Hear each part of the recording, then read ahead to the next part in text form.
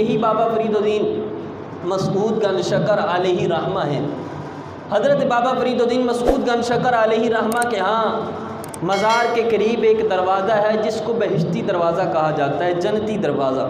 اب اس حوالے سے بھی سماعت کریں، اس کو جنتی دروازہ کہا جاتا ہے۔ اور یہ چیز یاد رکھنا، ہمارے علماء میں سے کسی عالم نے یہ نہیں لکھا کہ جو آدمی اس دروازے سے گزر کے آ گیا اب اس کو کوئی اللہ اللہ کرنے کی ضرورت نہیں ہے، کوئی نماز پڑھنے کی ضرورت نہیں ہے۔ کسی عالم نے نہیں لکھا اس کو نمازیں پڑھنی پڑے گی، اس کے اوپر شریعت کے سارے احکام جاری ہوں گے، یہ کسی نے نہیں لکھا۔ اگر یہ مشہور ہے نا تو یہ غلط مشہور ہے کہ ایک مرتبہ اگر اس دروازے سے گزر گیا تو اب پکا جنتی ہو گیا، یہ غلط مشہور ہے۔ لیکن اس کے بارے میں جو روایات ملتی ہیں وہ سماعت کریں۔ بابا صاحب کے مزار میں ایک بہشتی دروازہ ہے۔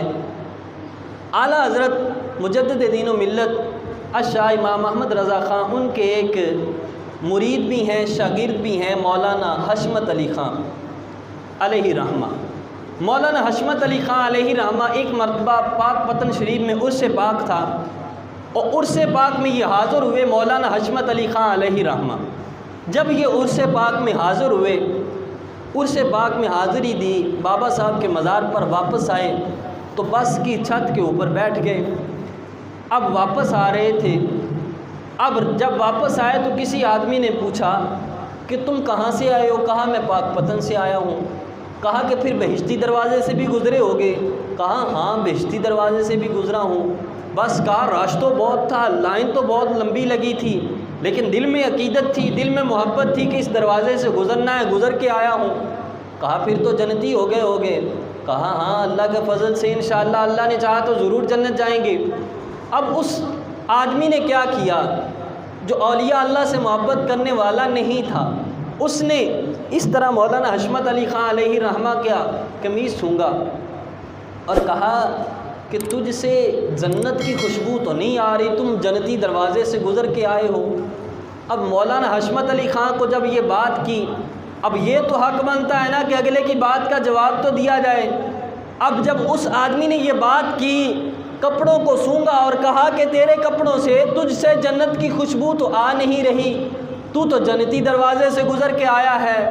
مولانا حشمت علی خان نے کہا کہ تو نے حدیث مبارکہ پوری نہیں پڑھی، حدیث کا اگلا لفظ بھی پڑھو۔ حضور فرماتے ہیں جنتی سے جنت کی خوشبو اسی کو آئے گی جو جنتی ہوگا۔ فرمایا جو جہنمی ہو اسے جنتی کی خوشبو کیسے آئے گی؟ سمجھ نہیں آئی لگتا۔ فرمایا جو جہنمی ہو اس سے جنتی کی خوشبو کیسی آئے گی؟ کہا 500 سال دور تک جنت کی خوشبو جاتی ہے، اتنی مسافت سے بندہ جنت کی خوشبو پا لیتا ہے، لیکن حضور فرماتے ہیں حدیث ہے جنت کی خوشبو اسی کو آئے گی جو جنتی ہوگا۔ فرمایا جس کے نصیبے میں جہنم لکھی ہے اس کو جنت کا کیا پتہ، اس کو جنت کا کیا پتہ۔ ایک تو یہ واقعہ بھی ملتا ہے، اور دوسرا انہی کا واقعہ حضرت پیر مہر علی شاہ رحمۃ اللہ تعالیٰ علیہ، ان کا واقعہ بھی ملتا ہے۔ حضرت پیر مہر علی شاہ رحمۃ اللہ تعالیٰ علیہ بابا فرید الدین مسعود گنج شکر علیہ رحمہ کے مزار پر ایک مرتبہ پھر حاضر ہوئے۔ جب مزار پر حاضر ہوئے، حاضری دی، اب لوگوں نے کہا کہ پیر مہر علی شاہ رحمۃ اللہ تعالیٰ علیہ عالم دین ہے، مناظر اسلام ہیں، اور بڑے بڑے مناظرے کیے ہیں انہوں نے، اللہ کے ولی ہیں، سید زادے ہیں، ان سے سوال کرتے ہیں۔ انہوں نے کہا بابا صاحب یہ جو دروازہ ہے اس دروازے کے بارے میں کہا جاتا ہے کہ یہ بہشتی دروازہ ہے، اب جنت تو کہاں ہے، 7 آسمانوں سے اوپر، اب یہ دروازہ بہشتی دروازہ کیسے ہو گیا کہ دنیا میں جنت کیسے، یہ کیسے ممکن ہے؟ حضرت پیر مہر علی شاہ رحمۃ اللہ تعالیٰ علیہ نے جواب بڑا پیارا دیا۔ آپ نے فرمایا ٹھیک ہے تو نے سوال کیا اس دروازے کے بارے میں۔ بابا حضرت پیر مہر علی شاہ رحمۃ اللہ تعالیٰ علیہ نے فرمایا اے آنے والے یا سوال کرنے والے، تو نے حدیث مبارکہ پڑھی ہے کہ حضور فرماتے ہیں کہ قبر یا تو جنت کے باغوں میں سے ایک باغ ہے یا جہنم کے گڑھوں میں سے ایک گڑھا ہے۔ فرمایا جنت کا باغ کس کی قبر ہوگی، جہنم کا گڑھا کس کی قبر ہوگی؟ اس نے کہا جنت کا باغ مومن کی قبر ہوگی، جہنم کا گڑھا جو ہے یہ کافر کی قبر ہوگی۔ کہا فرید کے بارے میں کیا خیال ہے؟ اس نے کہا فرید کے بارے میں خیال ہے فرید مومن تھے، کئی لوگوں کو کلمہ پڑھایا، مسلمان کیا، ساری زندگی اللہ اللہ کی، تو کہا فرید جس جگہ پہ لیٹا ہے حدیث بتاتی ہے، میں مہر علی شاہ نہیں بتاتا، حدیث بتاتی ہے کہ یہ جگہ جنت کا ٹکڑا ہے، یہ جگہ اگر جنت کا ٹکڑا ہے تو اس جگہ کا جو دروازہ ہے، نہیں سمجھ آئی؟ فرمایا یہ جگہ اگر جنت کا ٹکڑا ہے، حضور فرماتی ہیں، میں مہر علی شاہ جواب نہیں دیتا، حضور فرماتی ہیں مومن کی قبر جنت کا باغ ہوتی ہے، یہ جگہ جنت کا ٹکڑا ہے تو فرید کا دروازہ اونچی کہہ دیے، دروازہ بھی جنتی، اونچی کہہ دیے سبحان اللہ۔ فرمایا یہ دروازہ پھر کیا ہوا؟ تو اس آدمی کی سمجھ میں بات آ گئی۔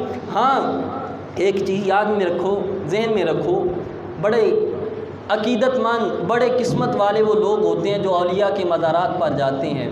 ہاں اگر اس دروازے سے گزر ہو جائے تو یہ بھی سعادت کی بات ہے، قسمت کی بات ہے، لیکن بعد میں آ کے نیک اعمال ضرور کرنے ہیں۔ اور کعبے جا کے بھی کوئی کعبے سے واپس آ جاتا ہے، بعد میں کوئی عمل نہیں کرتا، اور ہمارے بزرگ کہتے ہیں یہ کیسے پتہ چلے گا ایک آدمی کعبے سے آیا ہے حج کر کے اس کا حج قبول ہے یا نہیں قبول؟ تو ہمارے بزرگ فرماتے ہیں اگر کعبے سے آ گیا، کعبے سے آ کے اس نے توبہ کر لی ہے، اللہ اللہ کرنی شروع کر دی ہے، سمجھ لو اس کا حج قبول ہے۔ اگر حج کر کے آ کے پھر سود کھا رہا ہے، پھر رشوت کھا رہا ہے، پھر چوری کر رہا ہے، پھر ڈکیٹی کر رہا ہے، سمجھ لو اس کا حج قبول نہیں ہے۔ وہاں جائے گا، یہ ہے کہ اللہ اس کو توبہ کی توفیق دے دے گا، اگر سچے دل سے توبہ کر لے گا تو پھر اللہ سے امید کی جائے گی کہ انشاءاللہ اللہ اولیاء کے صدقے سے اس کو جنت عطا فرما دے گا۔